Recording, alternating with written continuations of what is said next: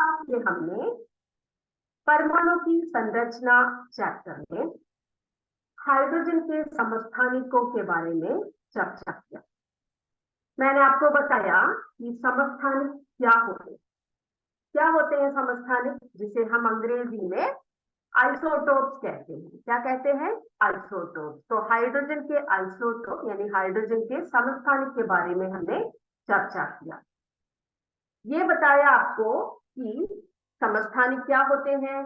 किसी तत्व के वे परमाणु जिनकी परमाणु संख्या समान होती है परंतु द्रव्यमान संख्या भिन्न होती है, यानी कि एटॉमिक नंबर सेम होता है लेकिन मास नंबर अलग होता है। ठीक है। समस्थानिक यानी किसी तत्व के वे परमाणु जिनकी परमाणु संख्या तो समान होती है परंतु द्रव्यमान संख्या भिन्न होती है। हमने हाइड्रोजन के 3 समस्थानिकों के बारे में पिछली क्लास में अच्छे से बताया था। कौन कौन से हैं वो 3 हाइड्रोजन के समस्थानिक? प्रोटियम, ड्यूटीरियम तथा ट्राइटियम। ये तीनों हाइड्रोजन के समस्थानिक कहलाते हैं। ठीक है।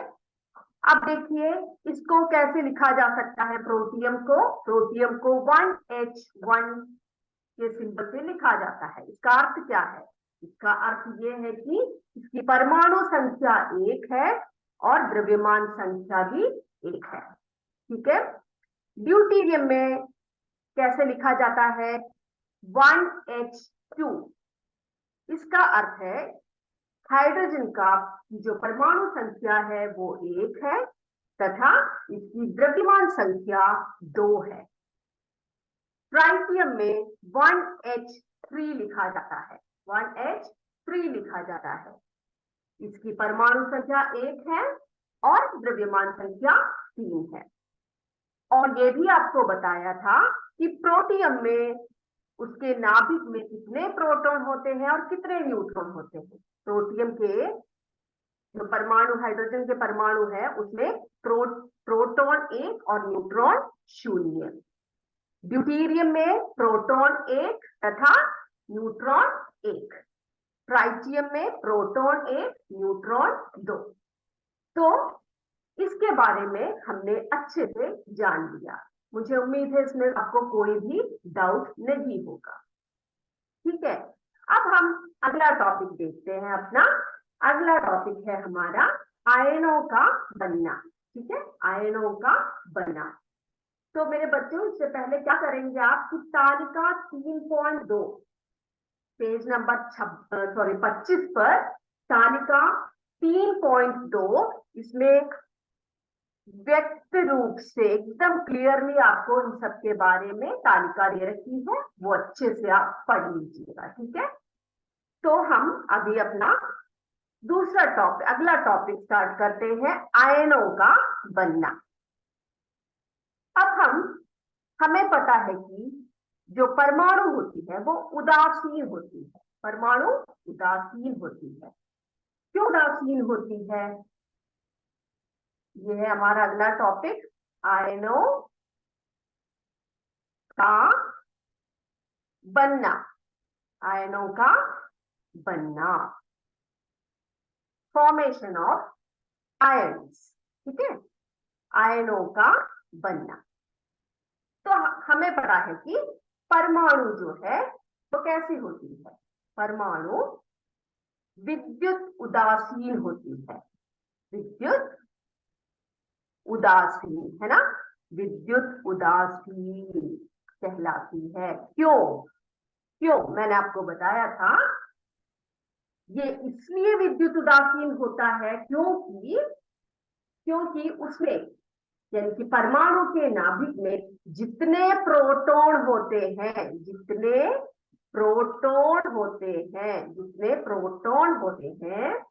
उतनी ही संख्या में क्या होते हैं? इलेक्ट्रॉन उसके चारों ओर चक्कर लगाते रहते हैं। ठीक है। क्या कहा एक और बार? परमाणु विद्युत उदासीन होता है क्योंकि उसमें उसके नाभिक में, परमाणु के नाभिक में जितने प्रोटॉन होते हैं उतने ही इलेक्ट्रॉन उसके चारों ओर चक्कर लगाते हैं। प्रोटॉन क्या होता है? धनावेशित, और इलेक्ट्रॉन ऋणावेशित होते हैं। तो पॉजिटिव और नेगेटिव ये दोनों मिल गए तो क्या होगा? उदासीन होगा परमाणु, है ना। यानी कि अगर 10 प्रोटॉन है, 10 पॉजिटिव चार्ज है तो 10 नेगेटिव चार्ज भी है उसमें, तो बराबर है ना। पॉजिटिव भी बराबर, पॉजिटिव और नेगेटिव दोनों चार्जेस क्या है इसमें? बराबर है, ठीक है। तो ये बराबर होने के कारण पॉजिटिव और नेगेटिव यानी कि प्रोटॉन और इलेक्ट्रॉन एक समान या बराबर होने के कारण परमाणु क्या होती है? विद्युत उदासीन होती है, विद्युत उदासीन होती है, ठीक है। अब हम देखते हैं कि आयन कैसे बनते हैं। अब बेटा इस विद्युत उदासीन परमाणु में, क्या कहा मैंने? विद्युत उदासीन परमाणु में एक और इलेक्ट्रॉन आ जाए तो इसमें क्या होगी? इलेक्ट्रॉनों की अधिकता हो जाएगी, और आपको पता है इलेक्ट्रॉन पर ऋणावेश होता है, इसीलिए ऋणावेश की अधिकता होने के कारण परमाणु ऋण आवेशित हो जाता है। क्या कहा मैंने? अब उदाहरण है, ठीक है। ये जैसे कि प्रोटॉन 10 है यानी कि पॉजिटिव चार्ज 10 है, इलेक्ट्रॉन 10 है, ठीक है। अभी देखो बाहर से एक और इलेक्ट्रॉन आ रहा है, यहाँ पर इलेक्ट्रॉन पर नेगेटिव चार्ज होता है ना। तो क्या हो गया? अब ये परमाणु विद्युत उदासीन है, भाई दोनों बराबर करके बैठे हुए हैं, प्रोटॉन भी बराबर, प्रोटॉन भी है, इलेक्ट्रॉन भी है, दोनों बराबर है मेरे पास, ठीक है। अब देखो एक इलेक्ट्रॉन आ गया, एक इलेक्ट्रॉन आ गया तो क्या होगा? अब देखो इलेक्ट्रॉनों की संख्या कितनी हो जाएगी? यहाँ पर 11 हो जाएगी, है ना। 10 प्रोटॉन यानी कि पॉजिटिव चार्ज और 11 इलेक्ट्रॉन यानी कि नेगेटिव चार्ज। अब इसमें अधिकता किसकी होगी? देखो इलेक्ट्रॉनों की अधिकता हो गई इसमें, ठीक है, इलेक्ट्रॉनों की अधिकता हो गई। अब बताओ कि परमाणु कैसा होगा? अब जो है परमाणु उदासीन न होकर कैसा हो जाएगा? कैसा हो जाएगा? किसकी ज्यादा? यहाँ पर कौन ज्यादा है? इलेक्ट्रॉन ज्यादा है यहाँ पर, है ना। यानी कि ऋणावेश ज्यादा है यहाँ पर, यानी कि पॉजिटिव चार्ज से ज्यादा ऋणावेश है ना। तो ऋणावेश की अधिकता के कारण परमाणु क्या हो जाएगा? परमाणु जो है ऋणावेशित हो जाएगा। क्या हो जाएगा बेटा? ऋणावेशित। परमाणु ऋणावेशित हो जाएगा। क्लियर? ये बात क्लियर हो गई सबको? एक और बात, अब जो उदासीन परमाणु है उसमें एक और इलेक्ट्रॉन आ जाए तो इसमें इलेक्ट्रॉन की अधिकता हो जाती है, और हमें पता है कि इलेक्ट्रॉन ऋणावेश होता है, इसीलिए ऋणावेश की अधिकता होने के कारण परमाणु क्या हो जाता है? ऋणावेशित हो जाता है, यानी कि नेगेटिव चार्ज हो जाता है।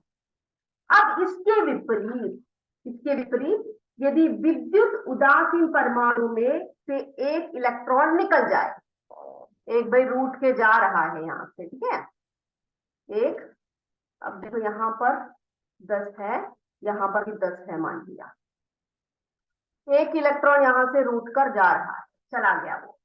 अब देखो यहाँ पर कितने इलेक्ट्रॉन बच गए?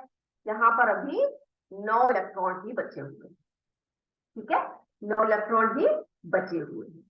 अब किसकी अधिकता हो गई? यहाँ पर किसकी अधिकता हो गई है? हमें पता है एक इलेक्ट्रॉन यहां से निकल गया, है ना, रूट कर चला गया, तो एक संख्या कम हो गई, इसकी इलेक्ट्रॉन की संख्या एक कम हो गई। अब भाई कौन राजा बन गया? प्रोटॉन, है ना, जो धनावेश है, जिसकी साइन जो है पॉजिटिव है। अब मुझे बताओ कि इलेक्ट्रॉन कैसे, यानी कि परमाणु कैसा होगा? ऋणावेशित होगा, उदासीन होगा, या धनावेशित होगा? अब देखो बेटा यहाँ पर प्रोटॉन ज्यादा है इलेक्ट्रॉन से, है ना, इलेक्ट्रॉन निकल गया यहाँ से, तो अभी परमाणु हमारा क्या बन गया, हमारा परमाणु अभी धनावेशित हो गया, धनावेशित बन गया। क्यों क्यों बन गया धनावेशित? क्योंकि अभी उसके पास प्रोटॉनों की संख्या ज्यादा है, इलेक्ट्रॉनों की संख्या से प्रोटॉनों की संख्या ज्यादा है। क्लियर? ये बात क्लियर हो गई?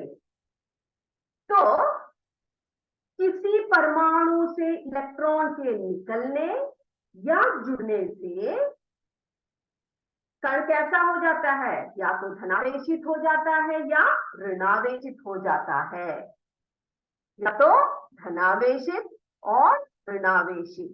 ठीक है, क्या कहा? किसी परमाणु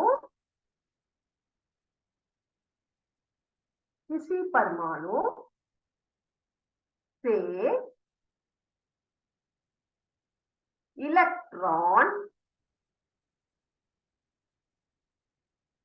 इलेक्ट्रॉन के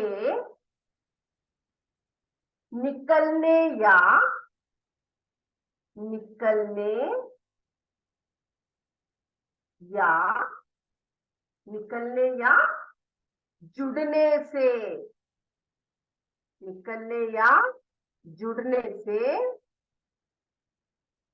आवेशित कण प्राप्त होते हैं। ठीक है, आवेशित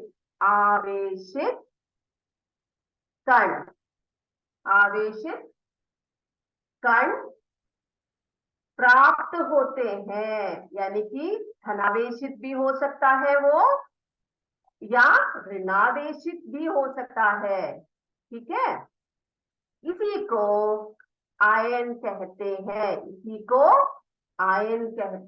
क्या कहते हैं? आयन कहते हैं। ठीक है, क्लियर?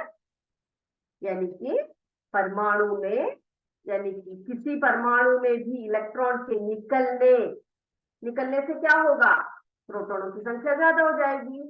ठीक है, तो वहां पर क्या होगा, जो परमाणु है वो कैसा हो जाएगा, धनावेशित हो जाएगा। इलेक्ट्रॉन अगर ज्यादा आ गए, उसमें जुड़ गए, तो जो हमारा परमाणु है वो ऋणावेशित हो जाएगा। तो किसी परमाणु से इलेक्ट्रॉन के निकलने या जुड़ने से आवेशित कण प्राप्त होते हैं, उसे ही आयन कहते हैं। ठीक है, अब एक उदाहरण के सहित आपको समझाते हैं। एक और उदाहरण आपको देंगे तो आपको एकदम से समझ में आ जाएगा। ठीक है बेटा, आपके पुस्तक में दिया हुआ है सोडियम। ठीक है, सोडियम में देखो, सोडियम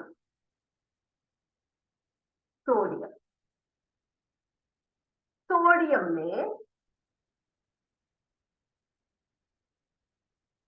सोडियम परमाणु में 11 प्रोटॉन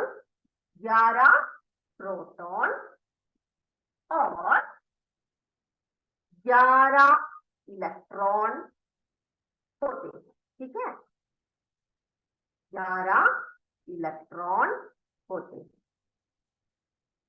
ठीक, तो ये कैसा है, सोडियम परमाणु में उदासीन, ये उदासीन है। ठीक है, अब इनमें से एक इलेक्ट्रॉन निकल जाए, एक इलेक्ट्रॉन निकल गया। ठीक है, एक इलेक्ट्रॉन निकल गया। अब कितने बचे, यहां पर 11 प्रोटॉन और यहां 10 इलेक्ट्रॉन है ना, 10 इलेक्ट्रॉन बच गया, 10 इलेक्ट्रॉन। ठीक है, क्योंकि एक इलेक्ट्रॉन यहां से चला गया, निकल गया। अब मुझे बताओ कि सोडियम कैसा आयन बन गया। यहां पर प्रोटॉनों की अधिकता की वजह से सोडियम कैसा आयन बन गया, सोडियम धन आयन बन गया, ठीक है, धन आयन बन गया। क्यों? क्योंकि प्रोटॉनों की संख्या अधिक है, इलेक्ट्रॉनों की संख्या कम है। तो अभी जो सोडियम परमाणु उदासीन था वो क्या बन गया, अभी धन आयन बन गया, धन आयन बन गया। क्लियर? ठीक है। अब एक और उदाहरण देते हैं हम आपको क्लोरीन की। सोडियम को बेटा Na बोलते हैं हम लोग, Na है ना, पढ़ रखा होगा आपने।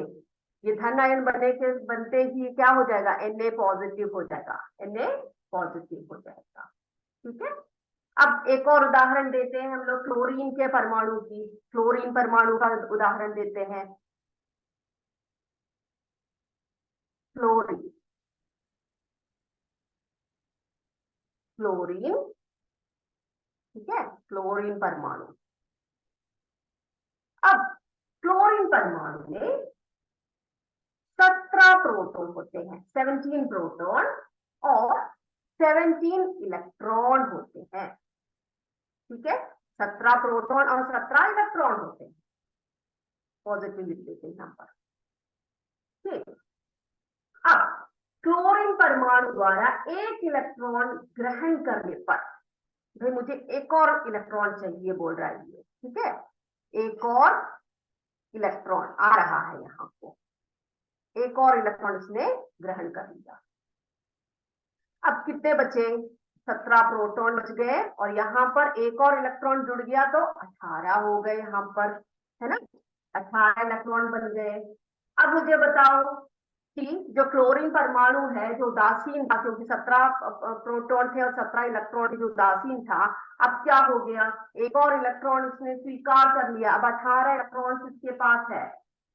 अब क्या हो गया, इलेक्ट्रॉनों की अधिकता की वजह से क्लोरीन कैसा आयन बन गया, क्लोरीन आपको पता है बेटा Cl लिखते हैं हम इसको, है ना। अब इलेक्ट्रॉनों की अधिकता की वजह से क्या बन गया, ये Cl नेगेटिव, यानी कि क्लोरीन आयन बन गया। कैसा आयन बन गया, ऋणावेशित, है ना, ऋणावेश आयन बन गया, ऋणावेश आयन बन गया। इतनी बात क्लियर है, बिल्कुल साफ हो गया ये। ठीक है, तो मैं एक बार इसको जरा चित्र में भी आपको जरा दर्शा देती हूँ कि तो एकदम से आपको समझ में आ जाएगा।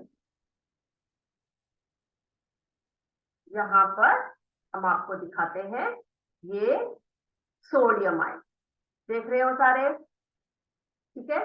उदाहरण बताया था, पहला उदाहरण आपको मैंने बताया था, तो ये सोडियम आयन दिख रहा है आपको। ये देखो अभी इसमें कितने इलेक्ट्रॉन दिख रहे हैं आपको, 1 2 3 4 5 6 7 8 9 10 11 इलेक्ट्रॉन है ना। उसमें क्या बताया था मैंने आपको, उसमें से एक इलेक्ट्रॉन जो है वो निकल गया, एक इलेक्ट्रॉन निकल गया, एक इलेक्ट्रॉन इसमें से निकल गया। अब एक इलेक्ट्रॉन इसमें से निकल गया तो ये क्या बन गया, ये धनावेशित हो गया, ये धनावेश, क्योंकि इसमें प्रोटॉनों की संख्या अधिक हो गई। ये बात क्लियर हो गई। चलो अगला एग्जाम्पल दिखाते हैं आपको। अगला हमने कहा था क्लोरीन के बारे में, है ना, क्लोरीन के बारे में बताया था। इसमें देखो बेटा, इसमें क्लोरीन दिखा रखा है, क्लोरीन परमाणु को दिखा रखा है जो उदासीन है, क्योंकि प्रोटॉन 17 है, इलेक्ट्रॉन 17 है, तो ये उदासीन परमाणु है।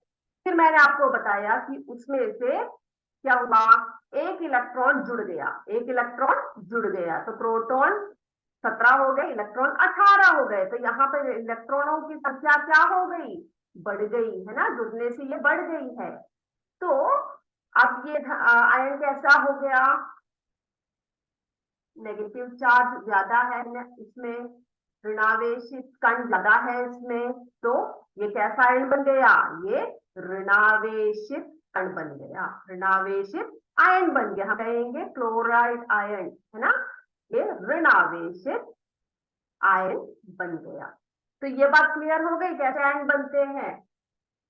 ठीक है, एक और मैं बता देती हूँ, किसी परमाणु से इलेक्ट्रॉन के निकलने या जुड़ने से आवेशित कण, धनावेशित या ऋणावेशित कण प्राप्त होते हैं, जिसे हम आयन कहते हैं, जिसे हम आयन कहते हैं। क्लियर, ये बात क्लियर हो गई सबको। चलो अब अगला एक टॉपिक है हमारा अगला टॉपिक है हमारा, लास्ट टॉपिक है संयोजकता। संयोजकता, ठीक है, संयोजकता। ये हमारा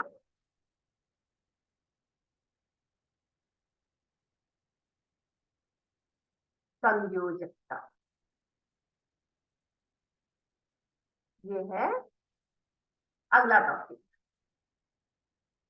तो हमें पता है कि परमाणु जो है आपस में मिलकर अणु बनाते हैं, और प्रत्येक परमाणु की दूसरे परमाणु से जुड़ने की क्षमता निश्चित होती है, और इसे ही हम क्या कहते हैं, संयोजकता कहते हैं। ठीक है, यानी कि परमाणु आपस में मिलकर अणु बनाते हैं, और प्रत्येक परमाणु की दूसरे परमाणु से जुड़ने की या संयोजन करने की क्षमता निश्चित होती है। ठीक है, उसे ही हम क्या कहते हैं, संयोजकता कहते हैं। ठीक है, और किसी भी तत्व की संयोजकता वो संख्या है जो यह दर्शाती है कि उस तत्व का एक परमाणु हाइड्रोजन के कितने परमाणुओं से संयोग कर सकता है। क्या बताया मैंने, किसी भी तत्व की संयोजकता वह संख्या है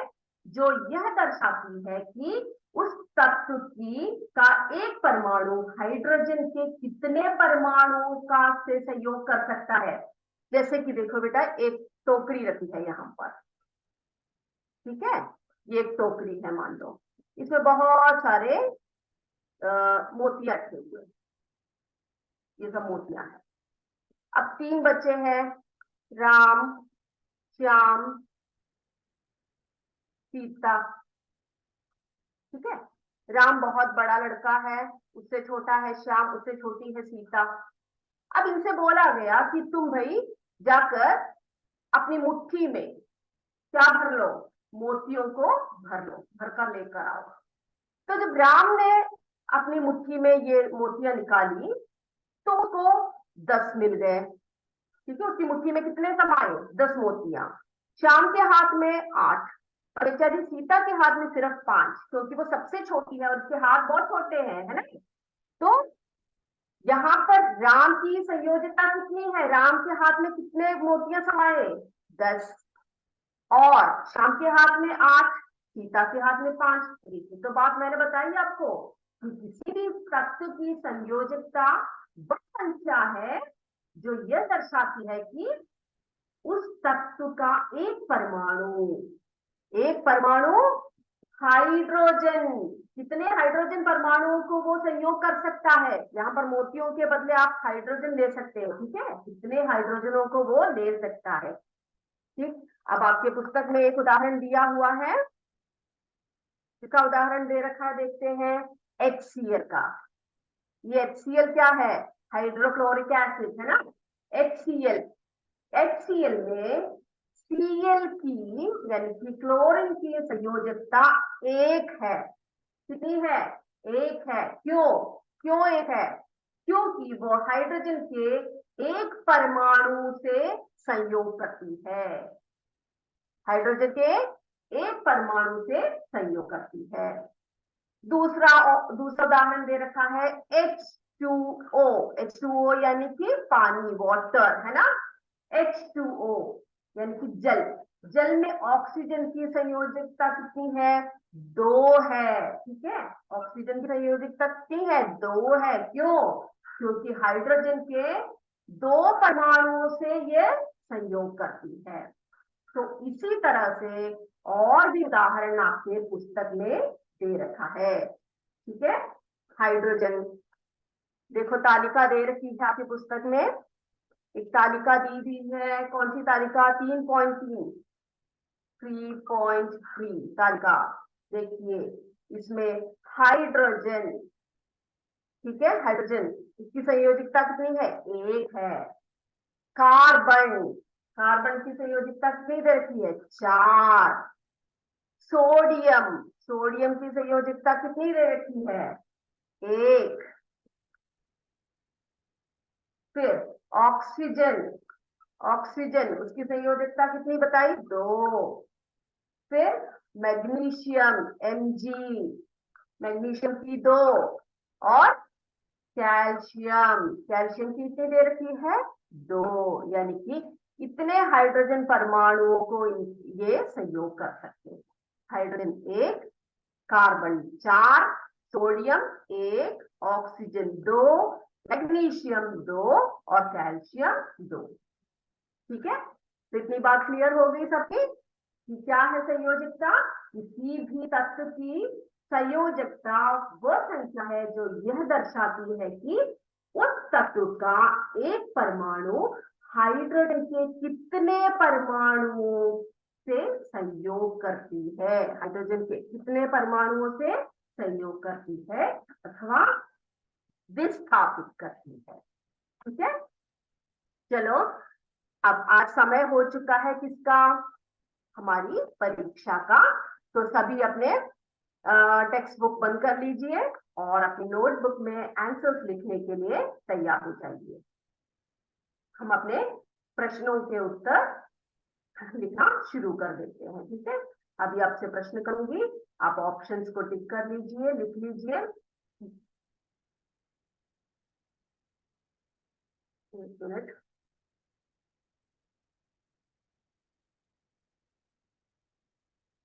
सभी तैयार रहिए, हम अभी शुरू कर दें। चलो प्रश्न देख लीजिए। हमारा पहला प्रश्न है, किसी तत्व के वे परमाणु जिनकी परमाणु संख्या समान होती है परंतु द्रव्यमान संख्या भिन्न होती है, डैश कहलाती है। प्रोटॉन की संख्या, समस्थानिक, द्रव्यमान संख्या। किसी तत्व के वे परमाणु जिनकी परमाणु संख्या समान होती है परंतु द्रव्यमान संख्या भिन्न होती है, डैश कहलाती है।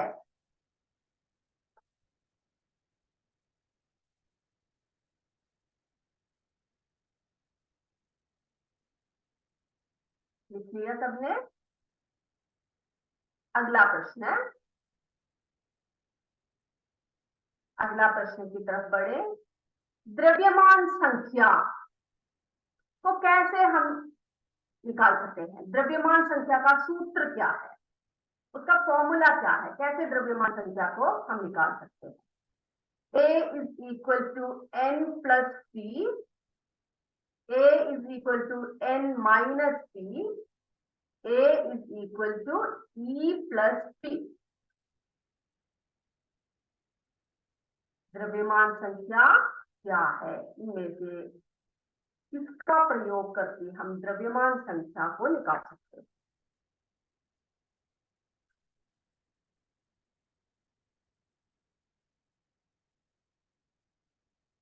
चलो आगे बढ़ते हैं। तीसरा प्रश्न, प्रकृति में पाए जाने वाले हाइड्रोजन के कितने समस्थानिक होते हैं, प्रकृति में पाए जाने वाले हाइड्रोजन के कितने समस्थानिक होते हैं, 1, 2, 3।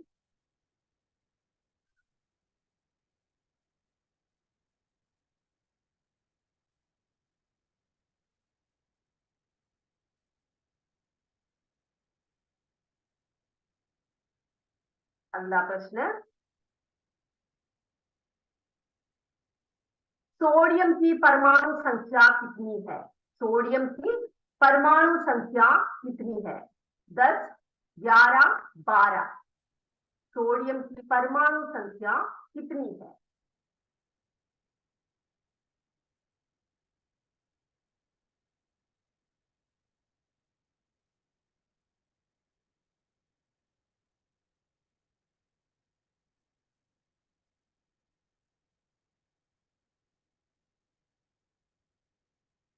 अगला प्रश्न, हाइड्रोजन के ड्यूटीरियम समस्थानिक को कैसे दर्शाया जाता है, हाइड्रोजन के ड्यूटीरियम समस्थानिक को कैसे दर्शाया जाता है, 1H1, 1H2 1H3 ड्यूटीरियम। ध्यान से प्रश्न को पढ़िए फिर आंसर लिखिए।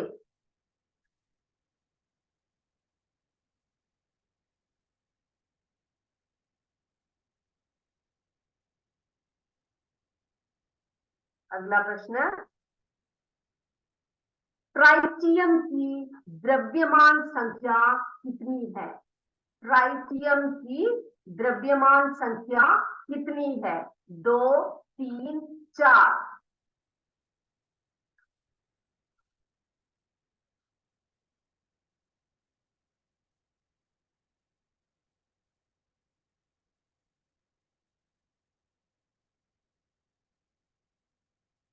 नेक्स्ट, 7वां प्रश्न, ऑक्सीजन, ध्यान से सुनिए, थोड़ा सा लंबा क्वेश्चन है। ऑक्सीजन की परमाणु संख्या 8 है और द्रव्यमान संख्या 16 है, तो उसमें कितने प्रोटॉन और कितने प्रोटॉन पाए जाते हैं? ऑक्सीजन की परमाणु संख्या 8 है और द्रव्यमान संख्या 16 है, तो उसमें कितने प्रोटॉन और कितने न्यूट्रॉन होते हैं या पाए जाते हैं? पहला ऑप्शन 8 न्यूट्रॉन और 8 प्रोटॉन, 7 न्यूट्रॉन और 8 प्रोटॉन, या 8 न्यूट्रॉन और 9 प्रोटॉन।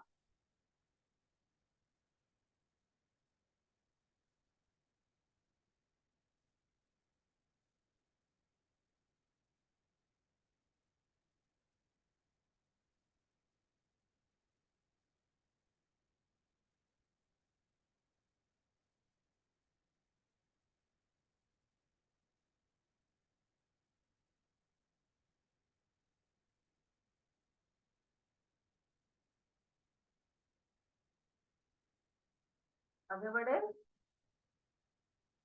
अगला प्रश्न, परमाणु विद्युत उदासीन होता है क्योंकि किसी परमाणु में जितने प्रोटॉन होते हैं उतने ही संख्या में इलेक्ट्रॉन होते हैं, किसी परमाणु में जितने प्रोटॉन होते हैं उतने ही न्यूट्रॉन होते हैं, किसी परमाणु में प्रोटॉन की संख्या इलेक्ट्रॉनों की संख्या में कम होती है। परमाणु विद्युत उदासीन होने का कारण पूछा गया है आपसे।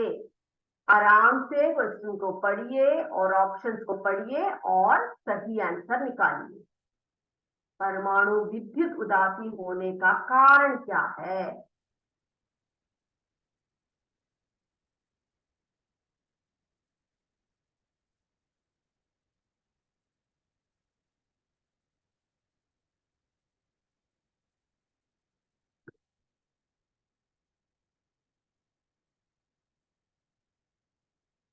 हो गया? चलो आगे बढ़ते। 9th क्वेश्चन, नाभिक जिसमें परमाणु का लगभग सारा द्रव्यमान उपस्थित होता है डैश से बना होता है। परमाणु का नाभिक, इलेक्ट्रॉन और इलेक्ट्रॉनिक नहीं है ये बेटा, इलेक्ट्रॉन है, ठीक है। इलेक्ट्रॉन और प्रोटॉन से, प्रोटॉन और न्यूट्रॉन से, केवल प्रोटॉन से। परमाणु का नाभिक, ठीक है, जहां पर सारा द्रव्यमान उपस्थित होता है, किन किन कणों से बना होता है? वहां पर कौन कौन से कण उपस्थित होते हैं? इलेक्ट्रॉन और प्रोटॉन, प्रोटॉन और न्यूट्रॉन, केवल प्रोटॉन।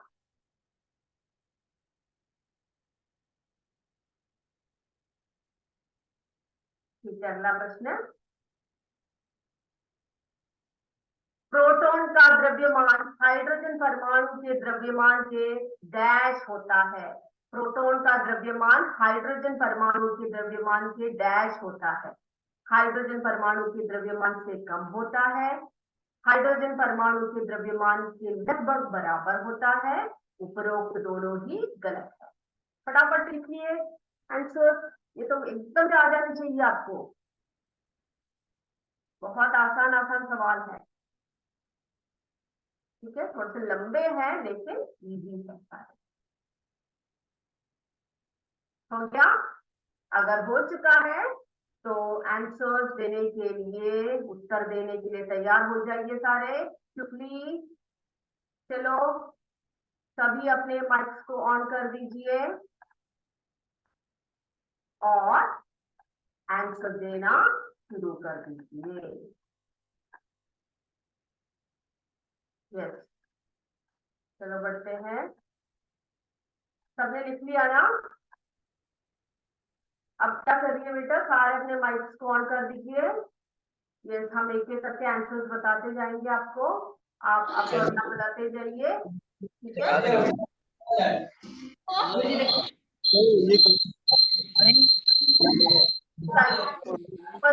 बताइए पहले का उत्तर। समान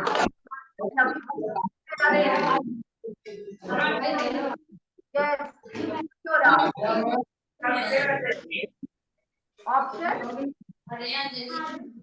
समस्थानिक। समस्थानिक, वेरी गुड। समस्थानिक। क्या है?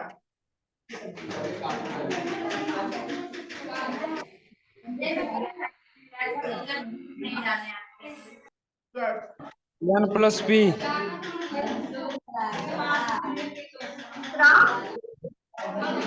प्रकृति में पाए जाने वाले हाइड्रोजन के कितने समस्थानिक होते हैं? 3। हाइड्रोजन के 3।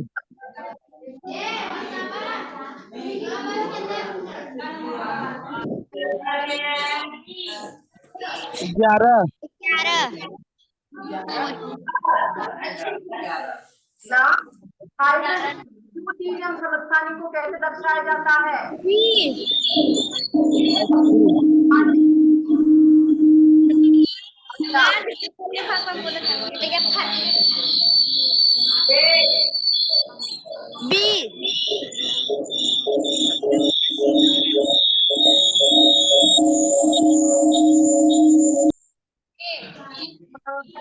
न्यूट्रॉन पाए जाते हैं?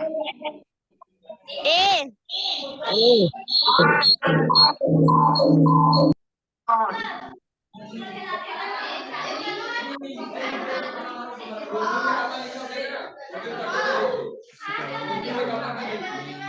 ए।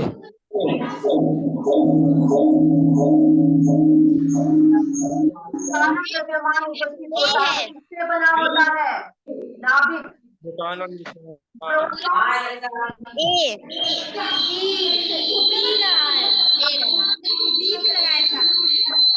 द्रव्यमान हाइड्रोजन परमाणु के द्रव्यमान के डैश होता है, लगभग बराबर होता है। लगभग बराबर होता है। Very good.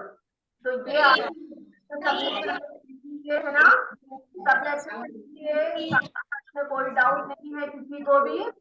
तो पहला प्रश्न समस्थानिक, ठीक है, और दूसरे प्रश्न का आंसर है द्रव्यमान संख्या का सूत्र A=N+P। तीसरा प्रश्न है हमारा, प्रकृति में पाए जाने वाले हाइड्रोजन की समस्थानिक 3 होते हैं। अगला प्रश्न का उत्तर, सोडियम की परमाणु संख्या 11 होती है। नेक्स्ट, हाइड्रोजन के ड्यूटेरियम समस्थानिक को 1H2 से दर्शाया जाता है। ट्राइटियम की द्रव्यमान संख्या 3 है। अगला, ऑक्सीजन की परमाणु संख्या 8 और द्रव्यमान संख्या 16 है, तो उसमें प्रोटॉन और न्यूट्रॉन कितने हुए? 8 न्यूट्रॉन और 8 प्रोटॉन। अगला प्रश्न, परमाणु विद्युत उदासीन होता है क्योंकि किसी परमाणु में जितने प्रोटॉन होते हैं उतनी ही संख्या में इलेक्ट्रॉन होते हैं। 9वां, नाभिक में, नाभिक जिसमें परमाणु का लगभग सारा द्रव्यमान उपस्थित होता है, प्रोटॉन और न्यूट्रॉन से बना होता है।